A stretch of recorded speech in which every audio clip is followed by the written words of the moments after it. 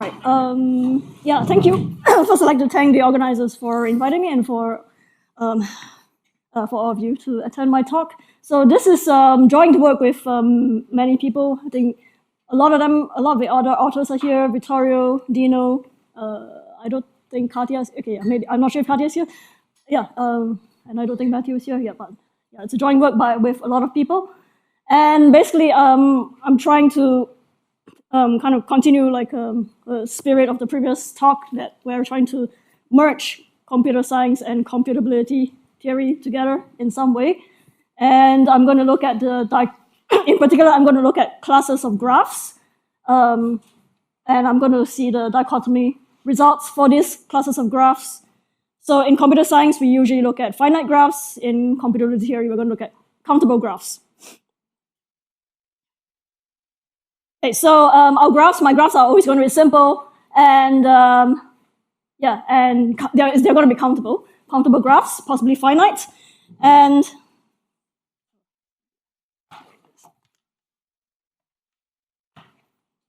yeah, curly G is going to be, this is just notations. Curly G is just the class of countable graphs, and G fin is going to be when I restrict that graph, the class, to only the finite graphs in a class. And I'm also considering classes that kind of have nice properties. In particular, I'm looking at classes that are hereditary. So this is very standard definitions. So we're looking at classes that are closed under taking induced subgraphs. And induced subgraph basically just means if a graph is in the class, then any subgraph is also in the class. And we're looking at subgraphs that kind of respect ages and non-ages. That's induced. So just a silly example. A toy example, if you have this triangle, then if you take, then this thing is not going to be an induced subgraph of it. So if you're going to take a third point, then you have to connect this part. So you have to respect ages and non-ages. So that's induced subgraph. And so the long-term question that we're trying to answer is if a class is complex in the countable world, in the sense of in what we know in computability theory, then is it also complex in the finite world, like in the computer science world? So is it an if and only if? And of course, that also depends on which notion of complexity you're using, but that's just the general goal that we're heading towards. So examples of hereditary graph classes like planar graphs, chordless graphs, triangle-free graphs. These are all closed under taking induced subgraph. And yeah, so like triangle-free graphs, that's like class where you forbid one finite graph. In this case, the graph you're forbidding is a triangle. And so in general, you can take a set of graphs F, okay, and we say that a graph is F-free if it forbids every single graph in that set, in the set F. And yeah, so we just let free F denote the class of all countable F-free graphs. And yeah, so this is going to be hereditary. If you have a graph that cannot contain certain things, then you take any subset of it, the subset also in any induced subgraph of it, it also cannot contain those things. So it's going to be closed under induced subgraph. And also notice that every hereditary class can be characterized by its set of forbidden graphs. So pretty much, if you can understand like the complexity for graphs that forbid things, that are characterized by the things that they forbid, then you kind of understand hereditary things, hereditary classes. For example, chordless graphs are basically graphs where if you have any cycle greater than 4, then you kind of have to cut it with a triangle, like you have to kind of slice it. So it's basically all the graphs that are free of all large cycles. Planar graphs, yeah, also can be characterized that way. Yeah, maybe I think I wouldn't talk about that. Yeah, I shouldn't put an example. Yeah, so basically kind of the simplest kind of, so if we just study, so in our work, we just looked at we just have one single finite graph, and we want to look at all the, one single finite graph F, and we want to look at all the F-free graphs. So that's kind of a starting point for us towards analyzing hereditary classes in general. Okay, so how do we analyze the complexity of all these graph classes? So in computer science, so the notion that was most relevant for us was the graph isomorphism complexity. So the graph isomorphism of a class of finite graphs is the maximum time needed as a function of the size of the graph to check whether two graphs are isomorphic. And so a class of finite graphs is GI complete if we can reduce this GI problem to the in polynomial time to the GI problem for the class of all finite graphs. So this is how we can, one way of measuring the complexity of classes of finite graphs. And so this breakthrough result just says that the best algorithm we have for the class of all graphs, of all finite graphs, is in quasi-polynomial time. So it's not known if we can actually reduce that to polynomial, but I guess, yeah, this is the best that we have at the moment. So but if e equals to NP, then maybe we can reduce it further, but who knows what that is. And so, but generally, if there is a graph class that is whose GI complexity is polynomial, then we generally at this point consider it to be a very simple class. Okay, so which finite classes are complicated? So what makes finite graphs complicated? So here are some examples. Okay, so a triangle-free graph, C3 cycle of length with 3 vertices is just triangle-free graph. And this P5 free graph, they're going to be GI complete. So so what are some of the ideas here? And many of these ideas are actually going to be useful for us in the countable case. Okay, so so let's look at this triangle-free graph. Okay, why is a triangle-free graph complicated in the finite world? So let's say if you're given a graph H, a finite graph H, and let's say maybe it contains a triangle. Maybe it looks something like this. Okay, so what do we need to do in order to prove that this is GI complete? We need to be able to polynomially reduce it to this other graph that is triangle free in polynomial time.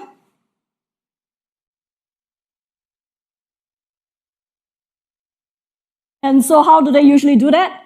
So one thing you observe here is that, well, C3, well, there's a cycle.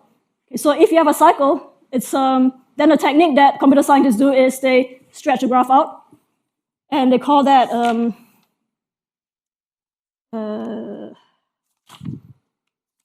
edge splitting. Basically, they split the edges out. You kind of stretch it like a rubber band.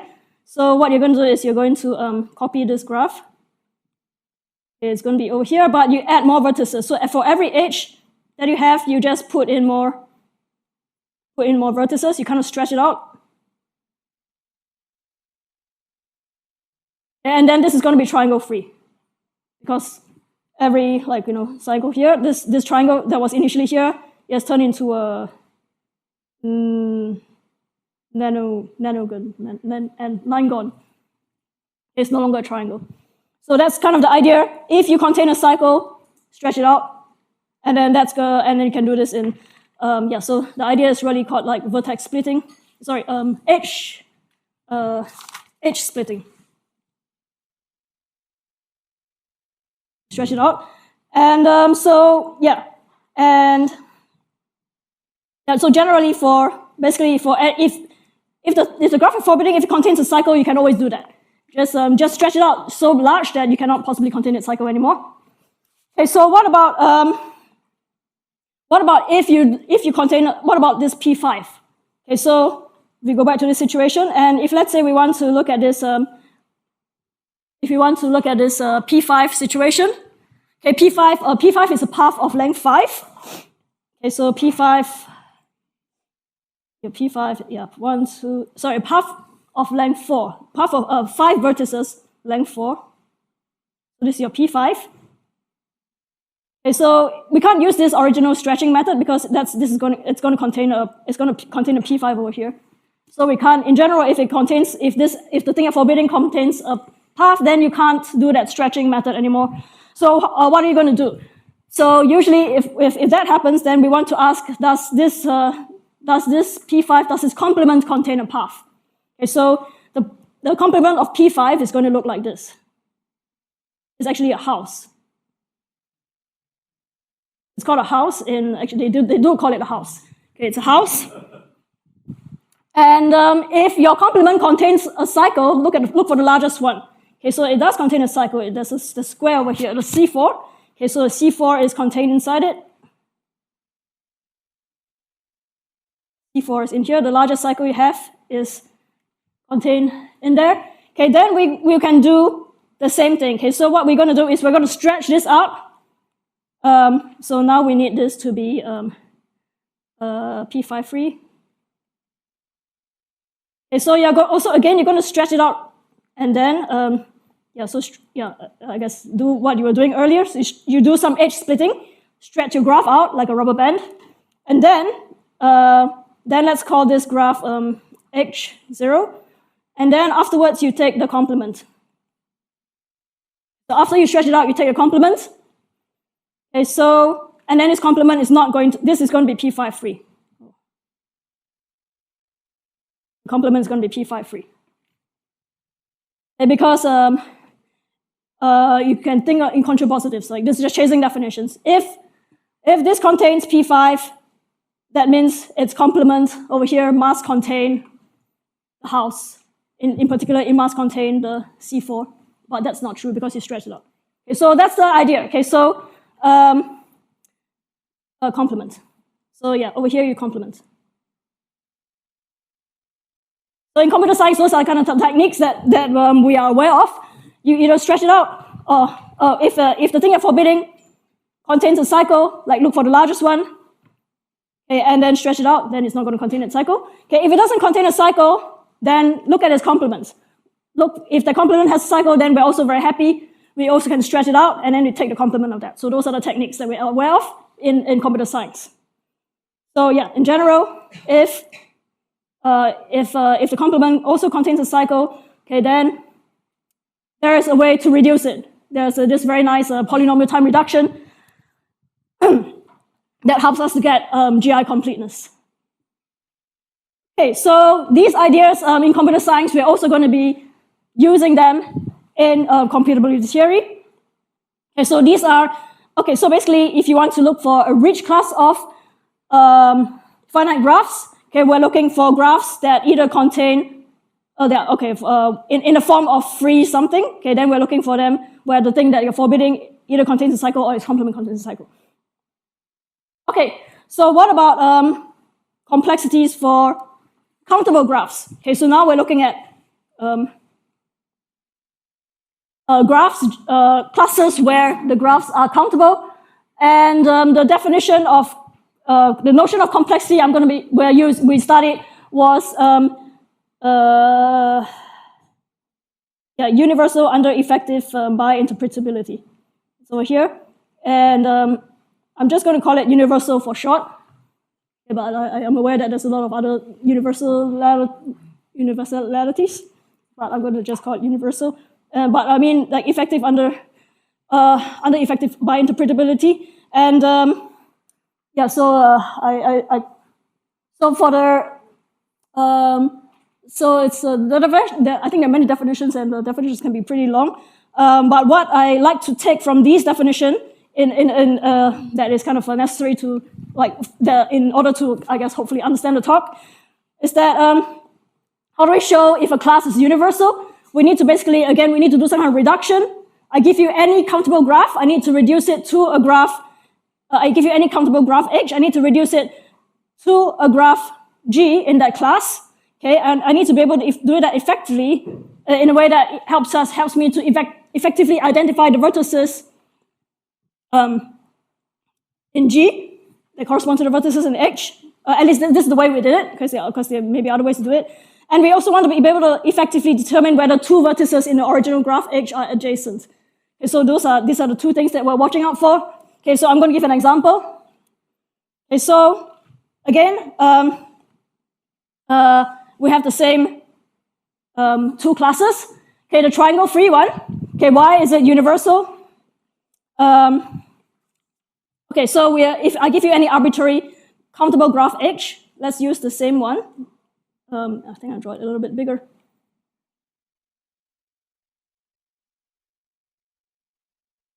And maybe there's a few more, but it's a countable graph, okay, so it could be large. Maybe it just looks like this. And I need to be able to reduce it effectively.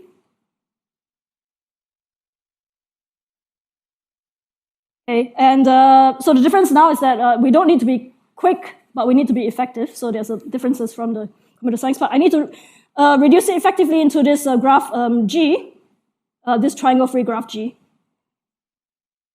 Okay, so how do I do that? And I also need to be able to make sure I can figure out these two things like effectively. Okay, so what are some of the ideas behind this? Okay, so we're also going to do, it's going to take a few steps. Okay, so first we are also again going to in order to make it triangle free, we are going to do that edge splitting technique again. We're going to stretch it out. Okay, so I'm going to add edge splitting. So we split each edge into many edges. Okay, so have it over here, and I add some edges here, enough to make it triangle free. Okay, but okay, so we have something like this, and then we need to be able to identify. So we know that this vertex here should correspond to this vertex. Okay, so maybe I'll label them A, B, C, A, B, C, D. But we also added some new vertices here, like X and so on. Okay, so we kind of have to be able to distinguish between, we need to know that a vertex over here really corresponds to a vertex over here. Okay, and we need to know that this X over here actually is not actually in H. So we need to be able to do that. So what we have at this moment is this is not quite enough. Okay, so one of the steps that's necessary is edge splitting, but this is not enough. Okay, so how do we identify like which of these are actually in correspond to the vertices in H? So for each of these new things we add, we're going to add another cycle. We're going to add like a cycle that is big enough so that it's not a triangle free. Okay, so maybe we can add a C4. So I add cycles for all the new things I've added. Okay, so you add cycles.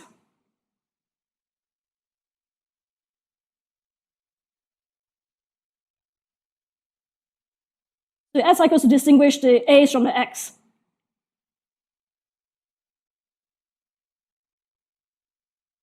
Okay, and the last thing we need to know, we also need to be able to answer questions on whether two vertices are adjacent to each other. Okay, so I look at this. I know that this thing here with a cycle, it was something that was added. It was not actually part of the graph of the original graph H. Okay, so let's say if I find two vertices in the original graph H, A and B, then I want to be able to answer just by looking at this graph over here. Am I adjacent? Is A adjacent to B? Okay, or A and D, they are not adjacent. I need to be able to answer that also. I need to do that effectively. So yeah, if it's adjacent, then then eventually you're going to be able to find a path over here, and you're going to be able to see that, oh, okay, so it's adjacent. Okay, but if it's between A and D, okay, then we wouldn't be able to know. Well, we might be waiting forever because we were looking for a short enough path that joins this with some cycles, but we may never wait for that to happen. So we need to do a little bit more. Okay, so in order to handle cases of like non-adjacencies, we also need to join your A to D over here, and we also kind of add enough points to make it triangle free. And for each of these, we also add a cycle, but we add a different cycle to distinguish it from the C4 here. Okay, so we add a C. We make this a C5. So for all the things that so basically what we did was we actually made it into a click. So yeah, so the first step is really making into a click. And then you stretch it out, and then you add cycles to kind of distinguish things. Okay, and then for given any two points, you can kind of tell whether they're adjacent by the size of the cycles that you see. Yeah.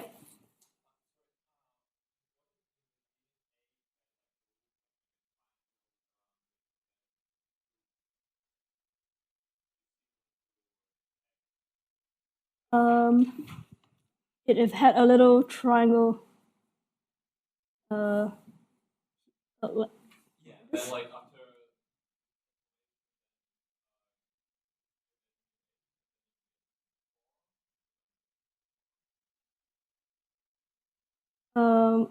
Okay. Oh, okay. Maybe like this one. Okay, so if you want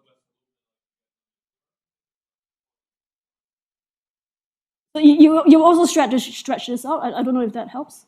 So this will also. So this is going to be a larger triangle. And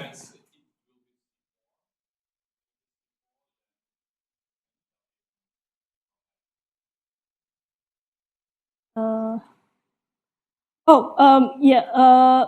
Okay, so I guess the 4. Okay, maybe I need to pick a bigger number. Yeah. So yeah, I guess yeah. Yeah, that sounds. Yeah, I think maybe I've not put enough points here. So you need to put enough points here, and you need to make this really big enough so you can make sure that. Yeah, maybe I should pick C5 and C6. Yeah, maybe this is 5 and 6 instead, or something like this. Yeah. So basically, pick large enough cycles. So yeah, basically those are the ideas, and they are kind of adopted from. I guess we adopted all these ideas from the computer science side. So yeah, the main ideas is really like it's about the cycles. It's a lot about the cycles, and yeah, so this is how we can make it triangle free. Okay, so what about this? Okay, now the other question is how do we make it P5 free? Okay, P5 again is a troublesome one because it has well, this whatever we did over here. It's going to get us like a lot of paths. Okay, so then if we want to make it P5 free, then we need to then we kind of have to take the complement. The same thing. So we call this H0, and this will be H0 bar. And yeah, and then we needed to make this square free because the cycle that was in the house P5. The complement of P5 was the house, and the house contained a cycle of length 4, so we need to make it square free over here. So those are the ideas. So using cycles and using cycle complements are the main ideas that we use for coding. Yeah, so all these ideas, they really generalize. Okay, if F contains a cycle, then stretch it out and put more cycles. Okay, if F bar contains a cycle, then take the complement at the end. So yeah, those are the two ideas that, yeah, so basically these make the, these are like what causes, makes countable graphs complex, or rich, I guess I call it rich. Okay, so our main theorem is that, yeah, there's this, so I kind of just showed one direction. Okay, so what makes classes rich? Okay, so if I'm looking at classes that just forbid one, graph, then the following equivalence, okay, basically universality under effective by interpretability is the same as GI completeness. So the complexity in the countable world and in the finite world, they really align. And yeah, and we did, and the thing that kind of joins them together is really about the cycles. Okay, it's really about whether or not you contain a cycle or you don't contain it, or your complement contains a cycle. So that's the main thing that joins them. That's the common thing that they use for their reductions. Yeah, so yeah, that's number 3. I guess not right here. This 3 is over here. It makes a class rich. Okay, and so we showed one direction of this proof, some ideas of it. Okay, so what makes a class like not rich? What makes it simple? We have not shown that direction yet. Yeah, so what makes a class simple? And then we're going to have to look at computer science for inspiration again. Okay, and in a finite world. The simplest graph, okay, of the simplest class of form free F, okay, is going to okay, this is complex. Yeah, so it's all about free P4. Okay, so if the class that forbids the path of 4 vertices, the path of length 3, 4 vertices, Okay, so this is in a sense the maximally the largest class that is simple. So if you're contain, so basically the proof, in order to complete our proof, we need to show, P4 is the unique maximal free F class that is simple. Okay, so to complete the proof, we really need to show that, to complete the proof, we need to show that these P4 free graphs, they are neither GI complete nor universal. So that's the remaining direction of the proof. Okay, and these P4 free graphs, they are so well studied in computer science. They go by there are many different characterizations. If you Google like co-graphs, they are called co-graphs. If you Google co-graphs, there's going to be like a whole list of characterizations for them. Okay, and the reason they're called co-graphs, complement reducible graphs, is we'll see it in a little bit. Okay, why they're called complement reducible graphs? Because you can kind of reduce it by taking complements. Okay, so for P4 free graphs, so why are they simple? Why are these co-graphs simple? That's because they pretty much behave like trees. Okay, there's a really strong, you can think of like co-graphs as trees. Okay, and the reason that they have this tree-like decomposition is that if you have a finite co-graph, okay, you take its complement, if it's connected, then if you take its complement, it's going to break into multiple pieces. It's not going to stay connected. Okay, so you take one connected co-graph, you take its complement, it has a few pieces. Okay, and also furthermore, each of these pieces is also going to be P4 free. So you can again take the complement of each piece and it's going to break them up again. So you can keep continuing this process. You can eventually decompose a co-graph into individual vertices by repeatedly taking complements. Okay, and this process is like you can see that it follows like a tree. So there's this kind of tree-like structure that that co-graphs obey, and that's why co-graphs are really like trees, and that makes them simple in some sense. And this, so it's usually called a co-tree. So if G is a co-graph, then it's a labeled tree. It's going to be called a co-tree. Okay. I wonder if I want to actually show the decomposition. So maybe I can. Maybe I will not. Okay. I wanted to show a decomposition, but I don't think I have time. Okay, and also the thing that's unique about this kind of special about this decomposition is that it can be done kind of effectively. So if I give you a co-graph, I want to get a co-tree. Okay, that process is going to be effective. And if I give you a co-tree, I want to recover the co-graph. Okay, you can also do that effectively. And that comes from all the finite graph theory results. So so a co-graph, a smaller co-graph, embeds into, it's an induced subgraph of a larger co-graph if and only if its co-tree embeds into the co-tree of the larger one. Okay, so this helps us to like show this this correspondence effectively. Because if I give you a co-graph and I add more and over time I add more and more vertices to it, then the tree that you get is just going to be stretched out. Okay, so that's how you can kind of see it's an effective process based on that.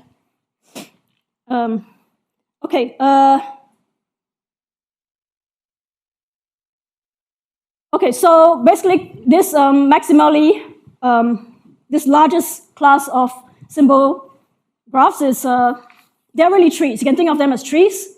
They're almost trees. Okay? There's a little bit of difference between the finite world and the infinite world and the countable world. Okay, so but you can really, for a lot of the proofs of this complexity, we can actually use the proof of how simple trees are in order to prove how simple co-graphs are. Okay, so so they have co-graphs. They have trees. They are very simple. Okay, they have linear GI complexity, and they are also countable trees. They are not universal. Okay, so we can generalize all these, and to get that co-graphs and co-trees, and therefore co-graphs are also simple. Okay, and okay, maybe I'll just go to the, so here. So cographs have polynomial time GI complexity. Okay, this is not our work, but that's known in computer science. And but what we did was this part here. Okay, and because trees are not universal, therefore we can use a lot of that proof for why trees are not universal to prove that co-trees are not universal, and therefore cographs are not universal. So we're really working with trees. Okay, but here I was trying to put some subtleties in this difference between the finite world and the countable world. Okay, so so like co-trees are not exactly trees. Okay, for finite cographs, their co-trees are going to be finite. So finite trees are trees. But if your co-graph is countable, then your co-tree is not necessarily a tree. Okay, it is not a tree in the way that we're used to. Okay, so it may not be a tree. It may contain limit nodes. For example, the root could actually, in a sense, not quite exist. It could have a chain of descendants. Okay, my trees are growing upwards. The root is here. The chain of descendants is up there. Okay, but then you have many descendants that are closer and closer to you, but yet you do not have any child. So you could have a situation like this, and this is an example. Okay, and this is because for countable cographs, it is possible for a countable cograph to be connected, and when you take its complement, it doesn't split. It doesn't break up into parts. It may not be disconnected, but for finite cographs, it is always definitely going to split. But for countable cographs, it may not split. So that's the kind of a difference, and that also makes the co-trees not exactly trees, and we have to be a little bit careful. But if you're careful with working with those definitions, then so co-trees are more complicated than trees, but they are yet not complicated enough to stop it from being not universal. Okay, so those are the ideas. Okay, that's the main theorem. Okay, so there is this, and then I think we also explore other complexity notions, but I might, maybe I'll just go to the result. Okay, so, okay, maybe, we also considered, so we have looked at universality under effective bi-interpretability. Okay, so we also considered other notions like sigma smallness and computable CEC conditions. So some of these are counting the number of types in the class, and maybe I wouldn't look at this too much, but I'll just show the result. Okay, so this is what we already know. We know that these two are the same, and we know that these two are the same from finite. It's really about whether or not you contain a cycle or its complement, and for the simple case, it's about whether or not you're a subset of the cographs. Okay, and you can also add these two. We also added these two to the equivalence. Okay, there's really a lot of things that are equivalent to each other. And the proofs are also very similar. Okay, so to prove these two new equivalences, okay, if you want to prove whether something is very rich, we are also again using cycles and their complements. So because to prove that it's rich, we need to show that there are many types. Okay, so basically, but if your class contains cofinitely many large cycles, okay, then you're going to have many types. Or cofinitely many cycle complements, then that's going to help you generate a lot of types, and that's going to make you rich. Okay, so it comes again from cycles or its complements. And if you want to show that something is very simple, then we are also again using the tree decomposition of the cographs. Okay, they really behave like trees, and because trees are simple based on other results, okay, based on Kruskal's theorem that we're using, then that's also going to help us to show that cographs show all the tameness results basically. So it's really this split over here, either cycle or you behave like trees. Just basically these two possibilities. And I guess maybe I should mention Borel. Borel is a little bit strange. Borel kind of lives in its own world, so it doesn't want to join the other equivalences. So for Borel completeness, the kind of the dividing line is at P3 instead of P4, and yeah, so the richness of this because now trees are Borel complete, so it is so that's why it doesn't work. It kind of doesn't join the other equivalences, and